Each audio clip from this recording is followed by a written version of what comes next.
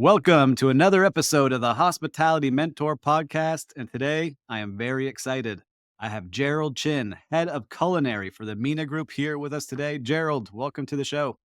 Thanks for having me, Steve. I'm excited to have you. And we always get started here on this podcast the same way. What was your first job in hospitality? Oh, I'll never forget it. Uh, and it actually worked out for me. In high school, my first job was at Carvel Ice Cream, Long Island, New Really? York. I love ice cream, and that being my first job, it got me into I guess the food world. Not savory world, but I learned a lot, and at a young age, it was a pretty busy store, and taught me how to really work hard and deal with guest facing customers, with the counter, and also preparing, the ice cream stuff. That got me in, and that really kind of inspired me to just continue to figure out something else after that in the food world. Yeah, man. I think you're the second person that did that. We had, I don't know if you know him, Jeffrey Klein used to run the Turnberry and down here in Miami and Aventura. He started either Dairy Queen or Carvel up in New York. So you guys might have been working at the same time around the same place. But what was it about it? Is it something that you like were just doing it for high school, or was it something like, man, I really love this as you were doing it? Because sometimes people just No, I do it mean, for the high school uh, job. I needed a job in high school. My parents or Mhm. my dad was like, "You got to make your own money," and I happened to go to school at the time with the son's owner's son, and he's like, "Hey, just come over here and work with me." And it was across the street from the high school, so I literally get out of school, go across the street, and Carvel, and it was kind of like a clubhouse for us because we were all friends, and his parents Mhm. owned it, so we had a great time, How many free scoops were going out to all your friends, man? a ton. I mean, if Carvel saw this too, I probably made flavors that will never ever hit their market. I make milkshakes with all these different syrups and ice cream flavors and whatnot, and it's pretty wild. You see, you were starting the creativity early, man. So Oh you yeah. were doing that in high school. Did it, like, catch you like, "Oh, I'm gonna go to school for this"? Is that what you wanted to go do as this was coming? Because I know you went to the Culinary Institute of America, but was that something Mhm. that you went to right away, or was like, "Oh, I'm gonna go check out some other stuff"? No, I mean, I probably have a story similar to many. Um, I originally grew up in the Bronx, and my father wanted to get us out of the city. I was going down the path of no good. Somehow he saved up money to get us to the suburbs of Long Island. I finished my second half of high school in Long Island. And again, doing bad things, really not going to high school. And Mhm. high school said, you got two options, kid. Either you leave or you do vocational half the day and you go to our regular high school half the day. And in vocational school, there's all the trades, automotive, culinary, beautician, all these different trades. And I said, all right, I'll try it out. 4 hours a day, took culinary arts. And that was really where that's what really took me into where I am at now. The two instructors I had, John Murphy, Paul Magro, I still remember these guys. We still keep in touch. Wow. Um, Great chefs, and they deal with a lot of students, particularly high school, that kind of like myself, who just didn't really care. I'm like, I'm here just because I have to be here. Mhm. But then I realized, like many in the classes, I mean, out of 30, I would say five succeeded in the business. The other kind of left, but Yep. they took interest, and help mentor and guide to go down the path of doing it professionally, and that's really where it started. So where did you get started? What was, like, the first real one? Because you were doing that, Yeah. you're in culinary school, but you're doing also work at restaurants as well, or was it just At the one-on-one time of in classroom? culinary, at the time of Your the vocational high vocational school. Yeah. vocational high school, I wasn't in a restaurant, and the way I got into a restaurant, which is another funny story, it was one of my best friends, uh, my buddy Adam. We were in the same vocational, but there were two classes. Um, First year, and we hated each other, like literally hated each other, complete opposite. Yeah. Second year, we ended up being in the same class, and he had already gotten a job at a restaurant in Long Island. And at the time, it was one of the hottest restaurants. And he was working on Garmager. Garmager cook leaves, and the chef's like, "We need someone." And he's like, "I don't want to do it, but I know someone who has a lot of potential, who's really good." So they called me up, and immediately I was like, "Hell no, I'm not going to work with you." Um, and then I ended up getting a job. Him and I are on a station, and next thing you know, we've been best friends since high school, and we've worked many places together until this day. Where we're still best. We What is the always name of the place that you guys were working at? it's called the Weeping Willow, in Farmington, Long Island. Um, Weeping Willow. And so you the started chef there, there garde started manger, and there, was the and then chef tough on you because you're a young kid, maybe a uh, little bit of a punk? Did they have to straighten you out oh a yeah, couple times? What was going on as you got into that world with adults and, fire and knives, and it's a little crazy in those that kitchens? back then that was '96, I believe. Uh, Mhm. it was the Wild Wild West. I mean, I saw the chef shove Duke tickets into cooks' mouths. I've seen guys picked up on the wall. Like, it was physical Crazy. back then. Um, Phil was the chef, Phil DeMilo. We still keep in touch. He was my first professional chef I've worked for. And to this day, he's a great guy. And it says a lot when you're able to have a relationship from that long ago with Yeah, it's chefs you amazing. work for. Not a lot of cooks or chefs, once they become a chef, they kind of just do their own thing. And for me, it was important it's still important to keep relationships and have that line of commute, that line to just call, even if there's a question I need to have. Like Phil now does huge projects, and there's times when, we've talked about things and I picked up some stuff from him, and it's pretty cool. And I used to work for him, and Yeah. sometimes, he'll be interested in what I'm doing, which is cool. Um, him It's have doing a amazing, lot of 30 what years he's ago. It's done. crazy to say that it's 30 years ago, 29 Yeah, years ago, 30 it's a years ago long. now. Man, I was in high school at that time, and you're, getting yelled at in the kitchens, sweating in there. Well, you're in garde manger, so maybe not too much sweating in there.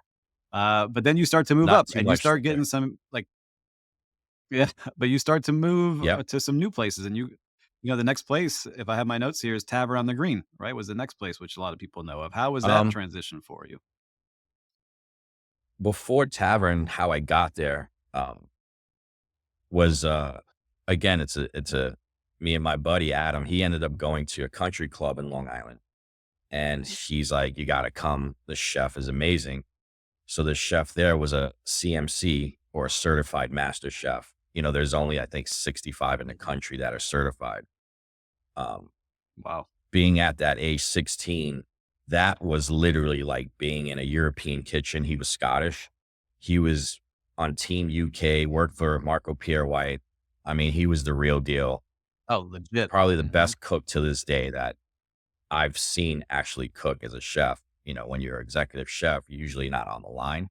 He was on the line cooking on a Yeah. station. I mean, it was the real deal. Um, that's What's he that's doing at a where I would country club? say, I don't know.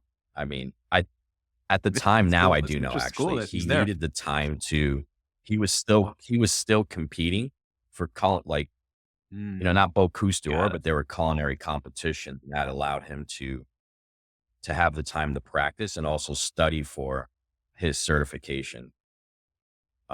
That's where I really learned the foundation of cooking, from what a small dice really is to, real stocks, real sauces. It was like going to culinary school for free and getting paid to do it, which was amazing. He ended up going into the city and taking over Tavern on the Green. So that's how I ended up there with him. Now, that place, when you talk about being a kid in a restaurant on Long Island, times that by 20. I mean, this place, a beast. I remember my first night. They're like, "All right, kid, you're going on saute." 4 guys on the station, 2,000 covers, and the tickets just start spilling. Gee. And I remember Mr. Knight was one of the guys next to me. He was probably, geez, probably 55 years old. Mhm. This Thai guy, and he's like, "You cook the meat now. You cook the meat." And I'm like, "What am I cooking?" Literally no Where training, just throwing in, tickets hitting the ground, and I'm like, "Oh my god, what did I get myself into?" I had racks of lamb, I had prime ribs, I had roasted chickens. I'm like, "This is insane." I'm like, "How many do I need?" He's like, "32 prime ribs, 14 lamb, 35 chickens." And the pickups were ginormous. I'm talking 20 tickets at a time. I've never experienced volume like that ever.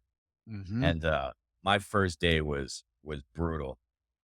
And then about a week after, you easily get into a rhythm. Once doing that much volume, you have no choice but to keep up. And I was the youngest in that kitchen for sure. I think I was 18 or 17.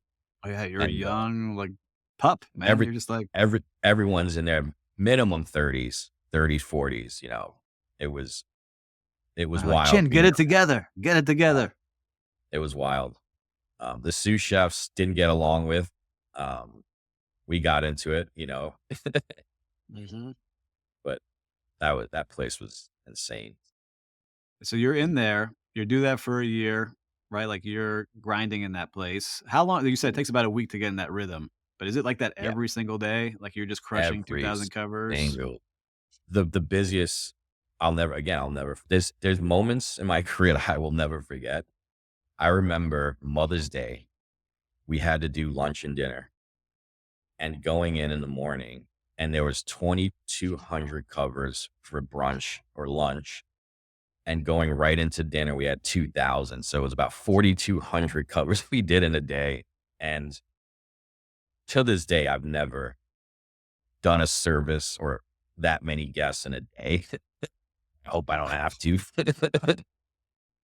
Yeah, But man, that chip it was printer, just, I'm sure, yeah, you hear oh, that chip printer printing. Did you ever see the bear, that scene where it's just printing? Did that stress you out as yeah, you watched it? I was watching that show, and I remember I it's, didn't have to be in the kitchen, but I was expo, and I just, like, started stressing me out hearing that noise. I was like, just "What the hell?" anxiety. I mean, it's not even, I'm not even joking. It would just probably 50, 60, 70 tickets on the ground before you get to them. That's how insane it was. That's crazy. Alright, so you have a good run there. What happens? Give me kind of like this run, because you go to a Yep. couple places as you go. So Yep. kinda give me this So I run ended of up, where you go. uh, I went to Judson Grill with Chef Bill Telepan, and how Mhm. I got there at the country club. I had worked with a guy who actually was working front of the house. Then he went back of the house. He found out we were in the city, or I was in the city, and he said, "Hey, we're looking for someone. Are you interested?" And I was like, "Man, this is good timing." So I was like, "Sure." I went in, I staged. They liked me. They hired me. And then back then it was shift pay. So like, "We'll pay you this for the week, and that's it." I'm like, "Cool. Where do you want me to work?" They're like, "Hot apps." I'm like, "Great." That was a probably 300 covers a night. Um, So so was it but easy you to prep. you? Go into No, that? it wasn't, because you prepped Okay. your own stuff versus Tavern on the Green. Everything was prepped for you, and you just cooked. Mhm. So I'm like, so I now at probably about a month in, I realized why it's shift pay. It means you need to be there at 10 a.m. or 11 to get your shit ready for, Yep. service. And, we're No putting some overtime. hours in there. No overtime. We're putting in some hours to get stuff done. Um, and that place was great. They had some good chefs that came out of there.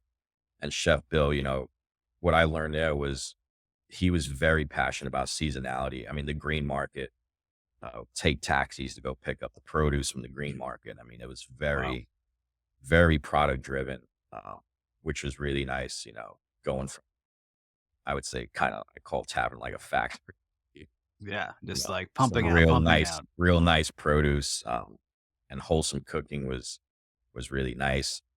And then from there, uh, Chef Bill actually wrote my letter of recommendation to go to CIA.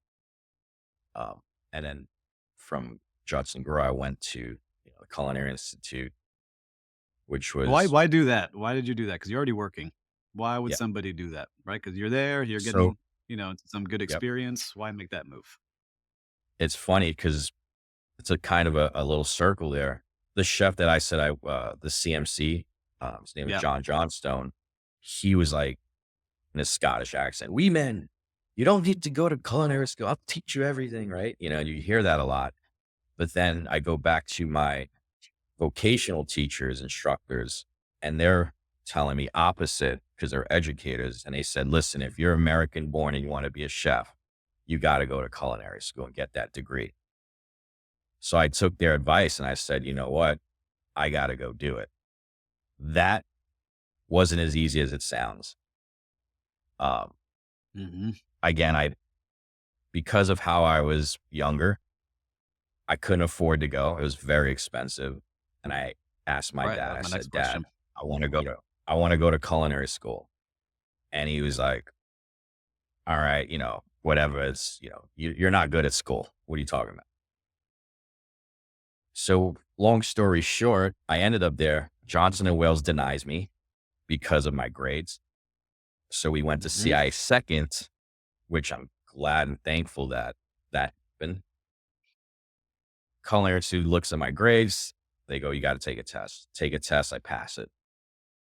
And then it comes down to getting the financing. So we go back home and my dad's like, I'm not going to co-sign for you. And I'm like, oh my God. I'm like, So I broke you down. gave him some trauma. You gave him some trauma as a student in high school. Yeah. That's what it sounds Yeah. like. I mean, I cried, literally cried and begged him. And he told me no. And I was like, that's it. My dreams are shot. And I think it was about a week later, I talked about it again. I said, listen, this is what I'm going to do for the rest of my life. I love what I do. I'm like, I need you to help me. So he finally broke in and got into school and best times of my life in school. Um, from there is, that's where I met a bunch of my chef friends now. It's like that, that school for kids is the best culinary school, I think, in the world. I mean, it's Hogsworth of the culinary world. When you walk in, it just feels magical, and you see all these kitchens because they're all glassed in, and it's everyone's in uniform, and you can see it's chaos, but it's controlled. It's just magical. It's a magical place. I got lucky. My first class was called Skills, and Chef O'Rourke was from Ireland, and I believe that was his first year as well as an instructor. And long story, end of the school term, I had him as my last class teacher. He went from the beginning to the end, and we met up again. And he had asked me if I was interested in going overseas to work, and I was like, absolutely. So he ended up helping me work in Switzerland and Geneva. Wow, that's so cool. And that was a tough call because at the time I also had an opportunity to go work at Charlie Trotter's. Um, but Brian Ogden, Bradley Ogden's son, we all went to school. He went to Charlie Trotter's and he said, we got a spot. It- Back then it was very hard to get into that kitchen. And it was a hard decision because I was like, do I stay in the US or do I go out of the country? And I chose to go out of the country because I felt it would be very hard to do it again. Um, That's amazing. So, when you make if that decision, do you talk to your dad? Like, now he's, like, really seeing, I bet, like, "Wow, like, yeah, this is real deal, yeah, Gerald, like, you're going." So, yeah, was it a big talk with the family, like, "Hey, I'm going to Switzerland," or was it like, "No, I'm set. I'm ready to go?" yeah. It was, obviously I still needed his help. And I said, I have an opportunity to go to Chicago, Dad, or go to Switzerland. I'm like, you know, going to Switzerland financially was better for me. Um, housing was there. They take it out of my check. Just things worked out. And it was a 1-star Michelin restaurant in a hotel. I was in a hotel, and I said, I got to take this opportunity because I'm probably never going to get it again. Mhm. And he agreed. He's like, you should go overseas. You know, do your thing and come back, and you should be good. So that happened. And then I mentioned Brian Ogden, how I ended up in Vegas now. This is my home base now where I Yeah, that's what live. I wanna see because you made a big change. You were a Northeast guy, you go out of the Yep. country for a little bit. I think it was the Intercontinental, right? And then Yep. now you go to Vegas. So how does this happen? Because now you've been there for 20 some years, right? Yep. So Brian Ogden and my buddy Adam, they were at Trotta's. Brian's father, Bradley Ogden, was opening a restaurant in Vegas at Caesar's Palace.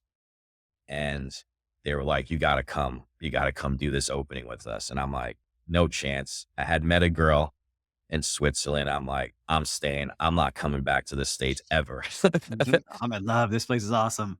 I'm like, the country's just beautiful. The people are nice. I'm like, this is awesome.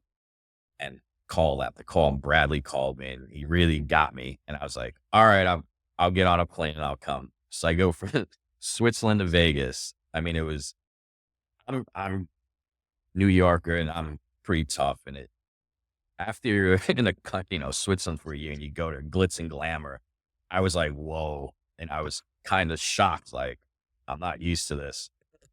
Mhm. Um, but that was a probably the most special time of my career. I would say the camaraderie we had, the team we had, we we all contributed to that restaurant to get us James Beard Best New Restaurant, and then eventually got a Michelin star. Which the core of the team, it was about 4 or 5 of us that really just took it by the horns and took it to the next level. And no one expected that, especially in Las Vegas. From products that were brought into the city to this day that now opened the door to other restaurants back then, from vinegars to produce. We were flying cherries from Michigan direct. It was things that wasn't happening, and it was revolutionary for the city. Um, and I remember while we were there, Chef Robuchon came in for dinner, and there's somewhere out there in the digital world he quoted about him.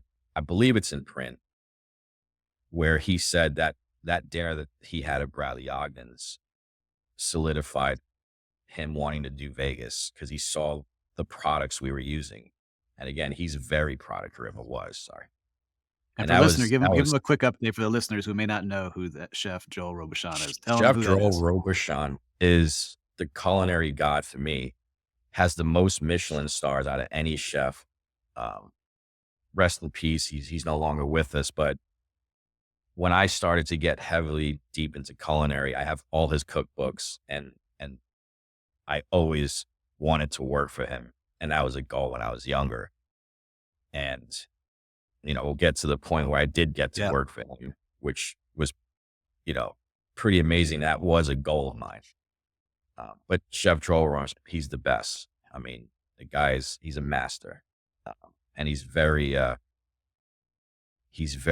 detailed in what he does or what he wanted. So when he came in So that day, did you guys know that he was there? Did you know oh, he was I have coming? I have a picture I would have to find with the core team that I'm talking about with him, in front of the pass, and it's pretty special. Reminding myself now I should probably get it printed, and Yeah, I gotta get that. Yeah, frame that one. That's a framer, man. it's a I would have to take a picture of a picture. But, so from there, my buddy Adam went to Guy Savoy, and I was like, "I'm gonna leave Vegas." During that time at Bradley's, we do a lot of events off sites, and I had met Yeah. a couple chefs from Vancouver, um, and I said, "I'm going to Vancouver, back to the European system." I'm like, "I'm leaving." I'm like, "The only way I would stay in Vegas, I get to do Robuchon," because I knew they were coming and I knew they were opening. And coincidence, the mansion at MGM is 32 private villas, and they were attaching the restaurant to it. The chef had came in for dinner, and I cooked for him. I went out and spoke to him. We started talking. I said, "Yeah, I'm thinking about leaving unless I could get in with the Robuchon group." He goes, "Their chef is doing recipe testing in my kitchen now. I'm going to connect you." And Next thing you know, I'm talking to the chef and he goes, "You got to do a tasting." I go, "Sure. Let me know the date." Gives me a date. This is the crazy Mhm. part. Bradley Ogden's in the kitchen. The chef and the pastry chef, who now is Wolfgang Puck's corporate pastry chef, come in on a Friday night, ask for me, and ask me to do a tasting in the restaurant. And Bradley's in the kitchen, and I'm running around putting a menu together. But at that time, Bradley knew like I was, 1 foot out the door, ready Yeah. to make a move. And I did this tasting, and he's giving me shit. He's busting my balls, but he knew that, he's like, this is a good thing for you. And Claude, who was the chef at the time, and Kamel, they loved the dinner and, got hired on the spot, which I've never done a tasting ever in that fashion. Coming to the Mhm. restaurant to do a taste blew my mind, put me on the spot. Um, that was fun. But So you then I'm crushed it going under to rope pressure. Under pressure, you made crushed it. it. And back then at Bradley's, we would cook on the whim all the time. Like we had a menu, but we would just make things up on the fly. Um, and we were young and we had no rules. We colored outside the lines. And that's what made us special. I wouldn't say it was good for consistency, but it was definitely fun, especially if you were a guest returning. And it gave us a lot of freedom. We had a lot of freedom to be creative. Um, yeah, and that's how I ended up at Robuchon. Um, And so what was that like? So you're there, that was your goal to work with Chef Robuchon. Was it everything you imagined, or was it something completely different? Because that could go either way for people when they start working with the idol that they have been yeah, and been dreaming it of. was it was exactly what I thought it would be. I knew I was getting into something that would take a lot of mental capacity and physical. I mean, there was a while I was fortunate to be the second person hired, and I was there 2 months before it opened, helping recipe test with the CDC. This guy Dunzaki, who I would say Jon Snow's the best cook. Dunzaki is probably the best cook I've ever worked with. I mean, when you talk about technician, he was very technical. Um, and also being Japanese, very detailed, right? That's just in Mhm. his nature. And when I say we had creative freedom, kind of chaotic, it was very controlled environment, which it was a little hard for me because I'm, running doing this and versus Yeah. head down. So that was the hardest part for me was getting used to being quiet and really being super focused versus being that creative cook. Um, and the technical, I mean, rulers, marking your cutting board, like it was very technical. And I had never experienced that technical before, but it's second nature to me to just learn something quick. Cooking is one thing, but Mhm. being that technical was almost being like a painter, an artist. It was just I was gonna say, like engineer, super scientist, artist, craftsman, like putting things. craftsman on another level, like a rocket scientist, using Mhm. formulas to create something. Um, that was intense for a year. And again, that kitchen when we opened, three of the chefs that were in on the opening team, they're chefs now. We all keep in touch. We had a rock solid team, and we knew that year we opened, like, this place is getting 3 stars for sure. Like, I mean, everyone was there at 7 a.m., leaves at 1 a.m. It was hardcore.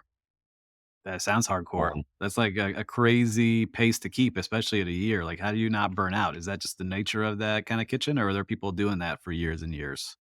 no, I mean, we had this is supporting staff, some of the cooks. I was a sous chef then, and we had some turnover because we were asking a lot. Um, Mhm. and for us, we were on salary, so we had hours and hours, and our hourly cooks, they're only there for 8 hours, but in those 8 hours, it's super intense. And if you're not keeping up with the time and what you're supposed to do, you just get, you get coached out, let's say. Yeah.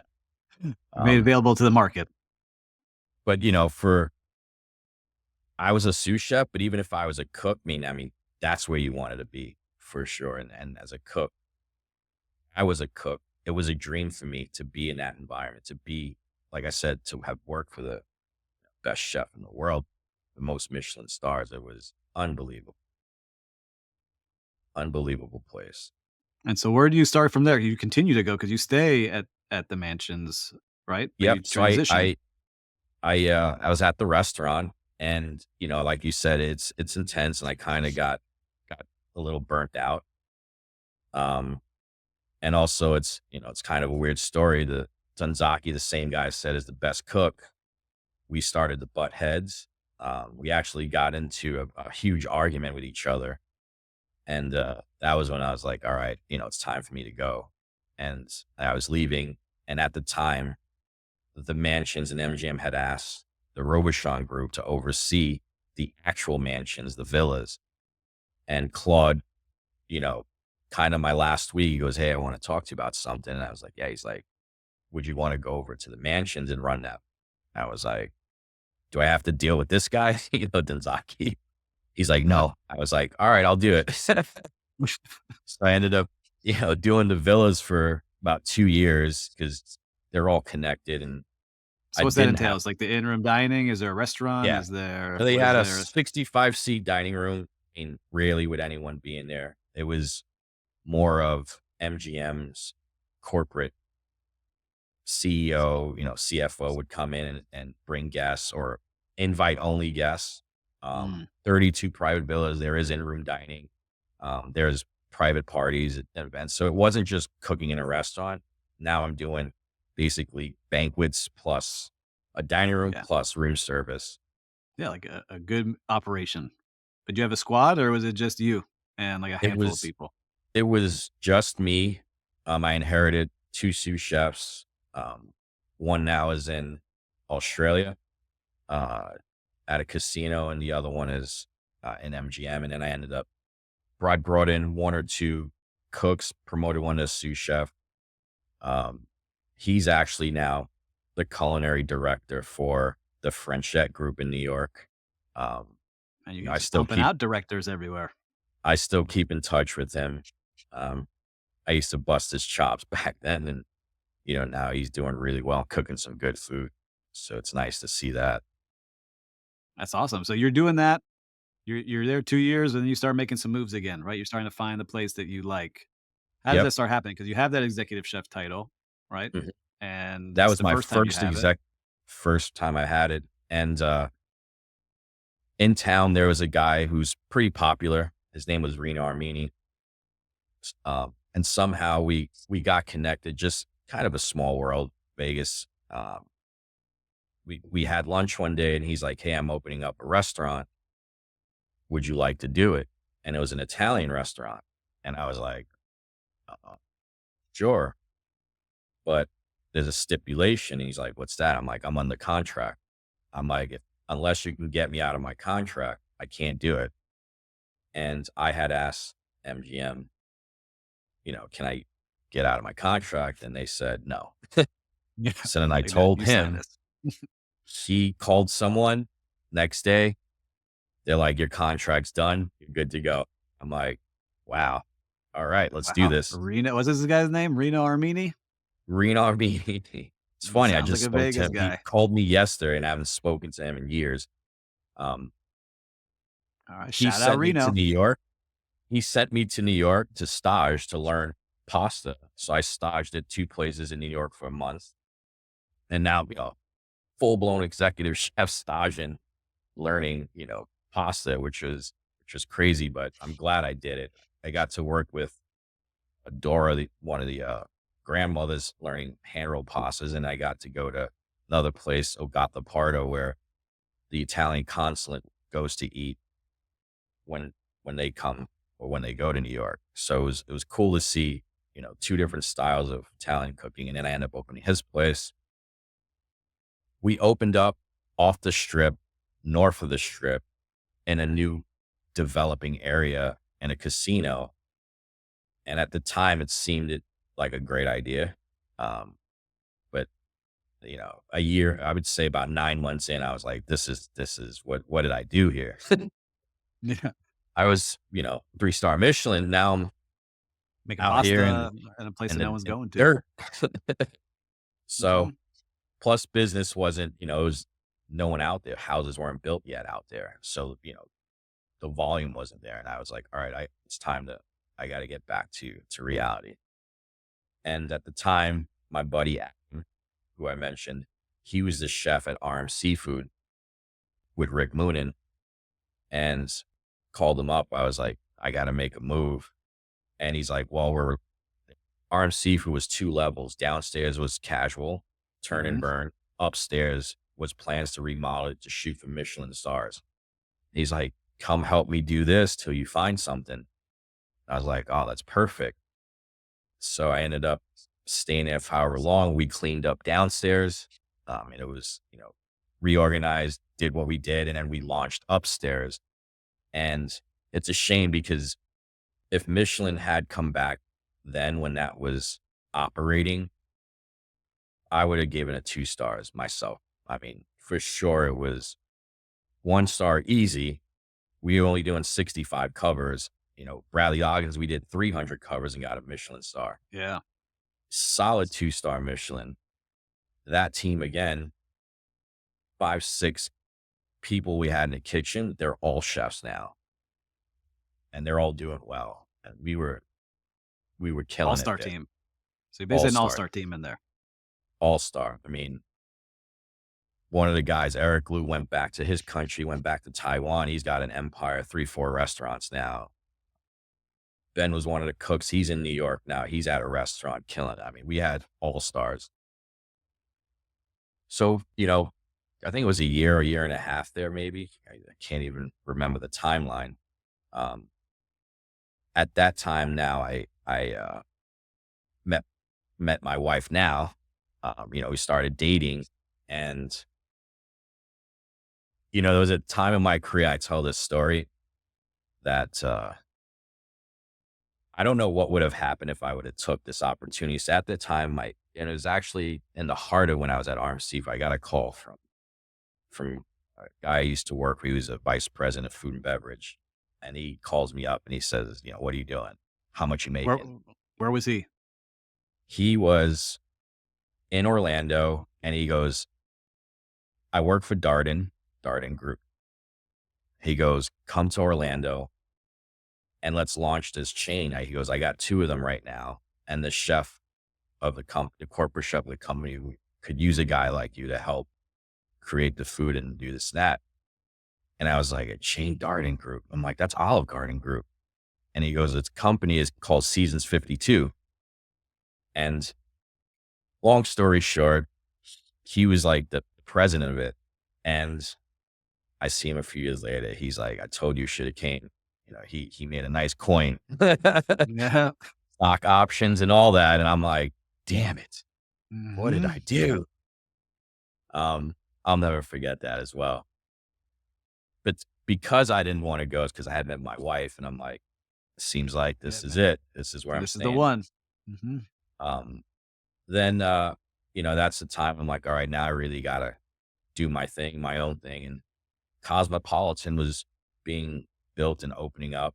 And that operating team, or F&B, was everyone who was at Caesar's Palace when we did Bradley Ogden's. So my wife ended up working there. She did group sales at the time. She's like, they're looking for a chef de cuisine for the hotel. And, we all knew each other. So I called the guys up and I said, "I hear you guys are looking for someone." They're like, "Yes." And it was a made up position. It didn't exist. They're like, Mhm. "Tell that doesn't exist." Right. And they're like, "We need a guy that does food. Just go around, make sure food's good, create food, just food, right? You don't have to deal with financials. You don't have to deal with the Yeah. people, just food." Make the food So good. ended up getting that role and opening up a hotel, which I've never done, Just 3,000 rooms, crazy. Yeah, because it's the which city. is, People don't realize, like, I've opened 2 hotels, and the biggest one was 800 rooms. I can't imagine 3,000. That's crazy. yeah. I mean, for me in my career, I learned a ton. I mean, you talk room service, 3 hours, when we first opened, because there's 2 towers and there's only 2 elevators, right? Like, you Crazy. learn things. You're like, It's just Yeah. bananas. Um, and then I took the time there. I had a child with my wife, and that allowed me to have a child because hotel is not as intense. I'm not, Mm-mm. like I said, I just had to deal with food and not service and people. Yeah, you So got I your had shifts, you my, got some holidays, you got things, but you're not yep, doing 7 a.m. to 1 a.m. yep, had my daughter. Then I got the bug back. I said, man, I don't know if I can do this, much longer. I'm a restaurant guy. And at the time, my buddy Dave was the corporate chef for Mina Group. My buddy Adam was in the group as a chef. Wow. And, we all talked and they're like, why don't you come to Mina Group? There's a lot happening and they really liked what they were doing. And I was like, all right. And originally they pitched to me, the 1-star Michelin restaurant. And I was like, oh, that sounds cool. And then it changed to steakhouse. And I'm like, "Oh, man," I'm like, "You guys really want me to do a steakhouse?" I'm like, "This is crazy." They're like, "Well, fix this place up and, there's a lot of opportunity group, there's a lot of stuff in the works." So long story short, interview with Michael, and to this day, he says I am the worst interview he's ever had in his life. He goes, "You're the worst interview I've ever had in my life." And I'm like, "All right. Well, I don't know if that's a good thing or a bad thing." He goes, "Patrick Yuma was the president, so I had to interview with both of them together." And Michael tells Patrick, he goes, "Does he even want the job?" And Michael tells me, he's like, "I didn't know if you wanted the job or you just didn't care." He goes, I, you were the worst interview ever." And I'm like, but he's like, "But the best hire." Well, and for So listeners, this is Chef Michael Mina, so the head of Chef Mina Group, Michael Chef Mina. Michael Mina, is telling you Michael this. What were was you doing? Were you he just like the, what I say, the sexy you indifference, know, like, "Yeah, I'm here, I'm not here, whatever."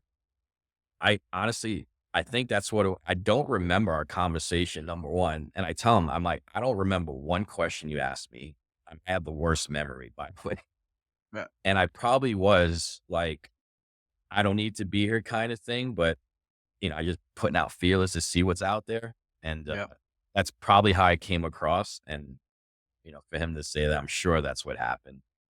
Um And for me, it was hard to talk about myself because I never had to actually interview before because it was always through connections. Yeah, that's why I'm Um, following your stories, like, everyone you knew someone everywhere you went, and people helped you, and it's pretty amazing. So yeah, this is the place where you had to, like, interview at a high level yep. as an executive chef, right? So you And started as an even, executive chef there? oh yeah. And again, another point in my career where I'm like, all right, I've been a chef. I'm a chef. I remember, Michael comes in. I was probably like week 3, maybe at the restaurant, and it was a busy place, 400 or 500 covers. And he sits me down, grabs the menu, and he's got all these markings on the menu. And I'm like, what's going on?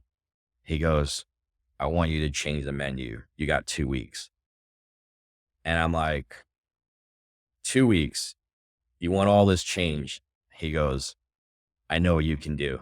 He goes, 2 weeks. I'm going to be back. And at the time, I inherited a team, sous chefs who I had to get rid of, cooks that I had to get rid of. Like, I was not in a situation to just change a menu, but I had no choice. So I ended up doing about, I want to say, 16 dishes, with a team that really didn't get to work with me to understand, what I do and flavors and techniques. And it was really hard. Probably one of the hardest things I had to do. But from that moment on at that restaurant changed the culture of the back of the house and the front of the house. Seeing, they've been seeing their, meat on a plate. Obviously it's a steakhouse, but the composed dishes that were on there, they saw like, wow, this is what, when it first opened, a restaurant, launches and then it kind of dips down and it kind of plateaus and it just, Mhm. you know, brought some new energy back in and some new food. And So which that which really restaurant like were you in at that time? strip steak Strip in steak. Mandalay Bay. And Yeah, so did that for about almost 3 years. And that's what got me to corporate MENA Group. Um, Yeah, so how do you make that jump? Because there's a lot of people who are executive chefs, they are longtime executive chefs. How do you make that jump into that corporate level? Is this something you say yeah, you wanna do and you tell, "Hey, Michael, this is what I wanna do," or they just kinda ask you like, "Hey, you're ready for this. It's time for you to move up." yeah, and I do remember one part of our interviews, and it was the future. I always look towards the future, and that's I want to make sure my investment time and vice versa. Are they going to invest in me? Was and I remember saying at one point, I know I can do the restaurant and make it better than what it is. Proving that out, what would be after that for me? And that started the wheels in motion. And it came to a point where it got to the point where what I did at the steakhouse, we had a few other steakhouses. Michael said, I want you to be in charge of all the steakhouses. And that's kind of how I got into the corporate. He goes, work with the chefs, work on the dishes, the menus. And that, bit by bit, starting with the steakhouses one by one, got me to learn the multi-volume, managing remotely and this and that, which I have never done remotely. Um, did that for a few years, and then eventually it evolved to where I'm at now. It's As head of just kind of everything. a natural progression, Yeah, because when I think Michael which Mina, that's what I think of is all the steakhouses, right? Like, I know Bourbon Steak down here, I've been many yep, times. They had some stuff at the Fontainebleau for a little bit. Like, I know yep. all of those places because 'cause I'm here in Miami.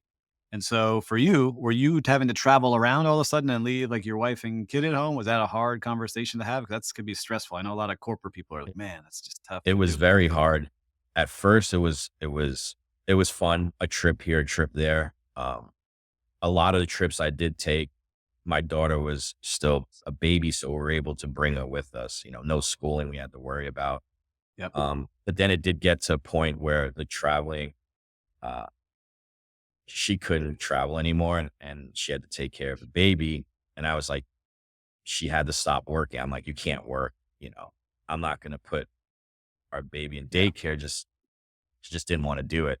And so she ended up staying home. And then next thing you know, I'm on the road. I remember one year I clocked in probably, I think it was about 235 days. I was traveling. Um, and even to this day, I travel a lot now. Not 235 days, but it's definitely, a good bit of traveling. And you got to stay Yeah, connected you gotta with your see the teams places, you gotta meet physically. those You people. got to you know, seeing the food is one thing, but the big part is seeing the teams, everyone from the runners to, the prep cooks. You just trying to always, it's hard to remember everyone's names because there's so many, but at minimum, the top tiers, the GMs, the chefs, the sous chefs, staying connected. Yep. And they all wanna know you, right? Because 'Cause you're the head of culinary, so now that you come in, you're the big dog, and they're all nervous when you're coming in the kitchens, I'm sure, right? They wanna show off what they Um, can do. So what is it like now as head of culinary? So now you have this, it's in a mega group, MENA group, you're, like, really in charge of something that's awesome. What is your life like day to day? Is it still traveling all the time? Is it less travel? Is it, just kind of yep. making sure you're driving the culture? Is it a mix of everything? Good question. My role now, it's still it's still developing because we did a little restructuring. Um, how how the team was. We're fortunate because we have a good bit of restaurants. We're able to structure now, both front and back, where there's support. So there's a VP of new openings chef, and then I have two directors, an East Coast director and a West Coast culinary director, and they're Nice. responsible for restaurants, and it kind of funnels up. Um, And then my day to day currently, I'm here in Vegas. We just opened a new bourbon steak. Our chef starts next month. So because I live here, Mhm. I'm at the helm day to day here now till he comes in. And be honest, it's fun. You're I back on the haven't line again. I haven't ran a restaurant in quite a bit for this long of a period, and it's fun. I mean, I'm having fun, and it keeps me sharp. I'm running circles around Yeah. these cooks and showing them like, this is how you do it. Yeah, they're like, Um, "Oh my god, Chef Gerald is here. Let's be ready." yeah, it's kind of like that. Um, what I But what do, what is well, your kitchen like? But how is it before you tell me that, what is your kitchen like? Is it loud? Is it quiet? What kind of style is no, your kitchen? Because you come from different places. all of our restaurants, they're all different. But if the one I'm at now, because I'm running, it's quiet, but I love having fun. My big thing is having fun because that world of, head down focus, it's great. I love it, but I want people to be comfortable. And if they're not happy, they're not going to cook good. They're Yeah, just going to, you know, put things on a plate and kick themselves like, why am I here? Kind of thing. And I love to joke around with the team. Like every, everyone knows me in the business as G Man. That's my nickname. I And like, like it's it. kind of crazy. I call myself G Man because it's so common.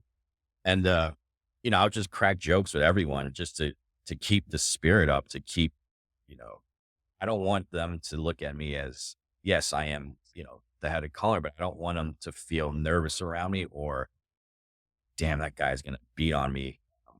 I, I want to do it the other way. I want to coach them. I want to teach them because I've physically been beat. I was hit by a beef tenderloin before in a walk-in and like, that's not cool anymore. Yeah. And, I'm trying to avoid, how I was taught to the new Mhm. generation.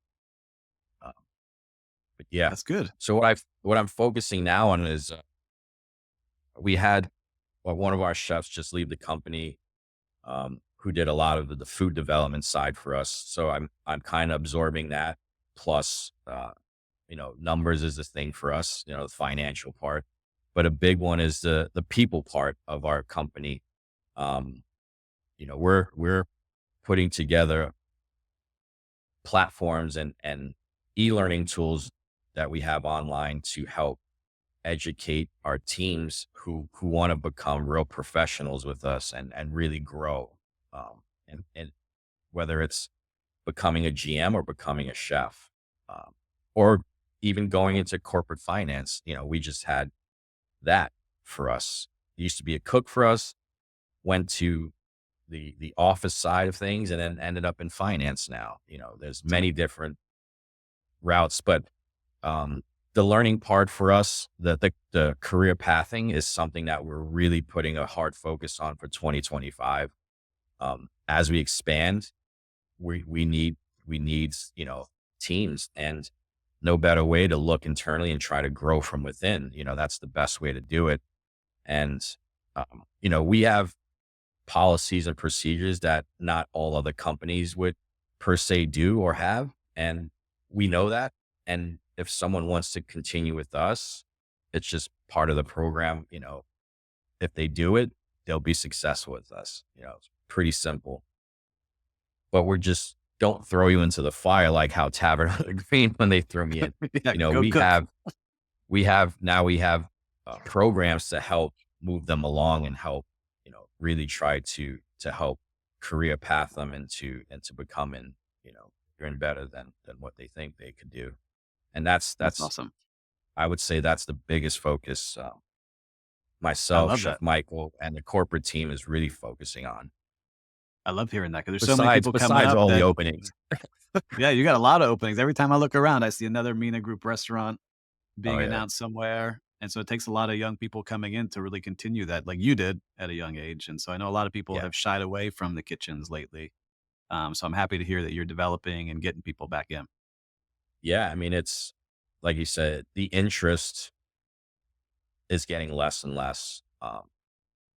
People are realizing, they can make more money or the same money for half the work or half the stress, right?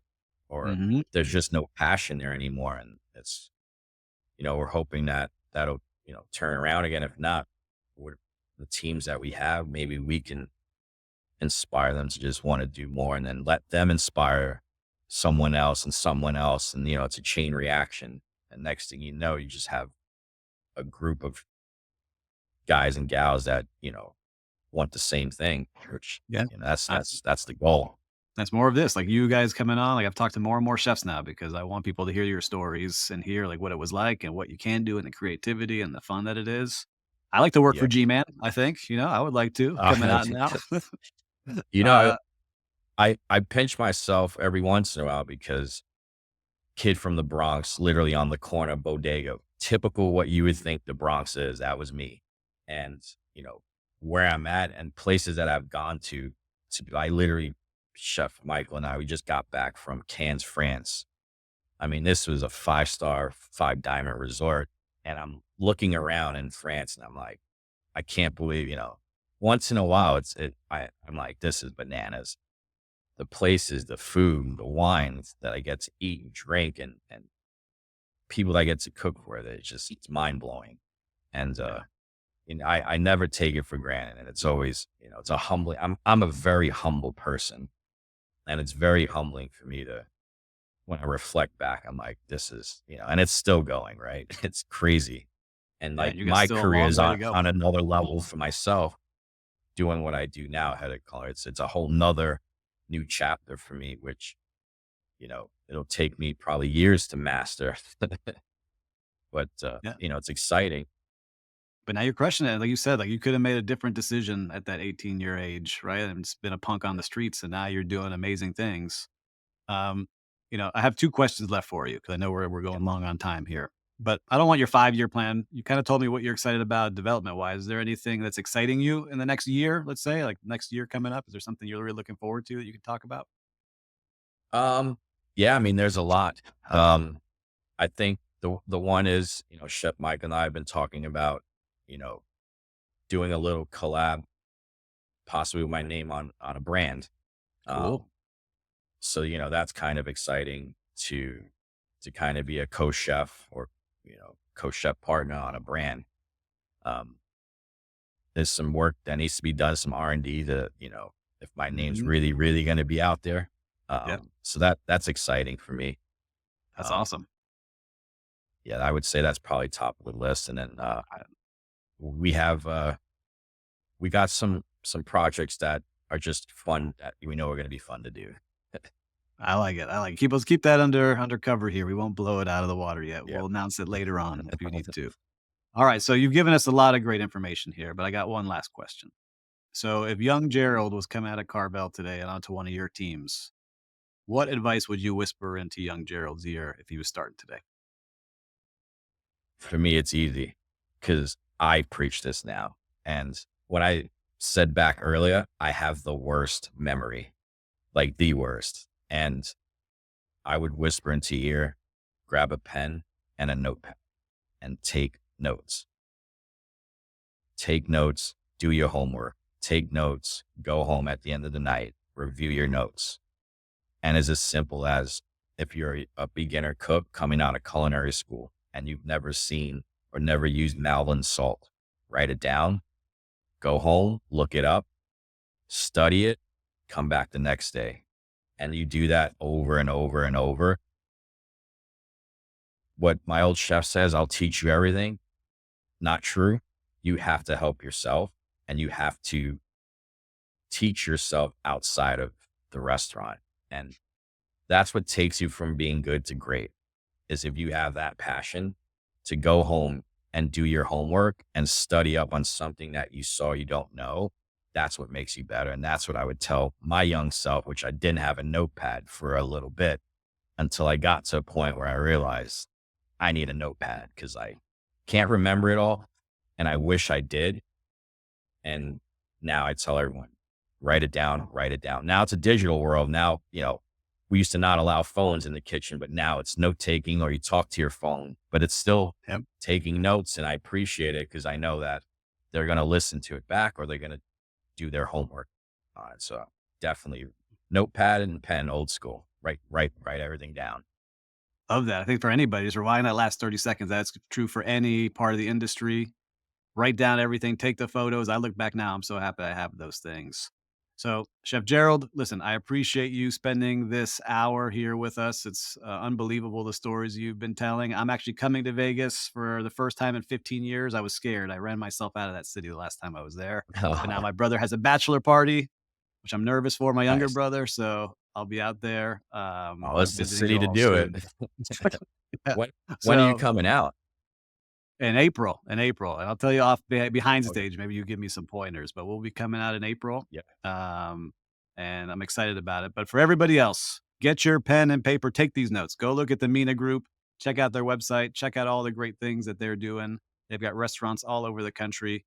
And if you enjoyed this episode, we shared a lot of great knowledge. Make sure, look, take the time, send it to somebody. They may appreciate this, especially if you did. So we appreciate you listening. Make sure to subscribe and leave some comments on this episode. Chef Gerald, thank you very much, man. Grateful you spent it with us.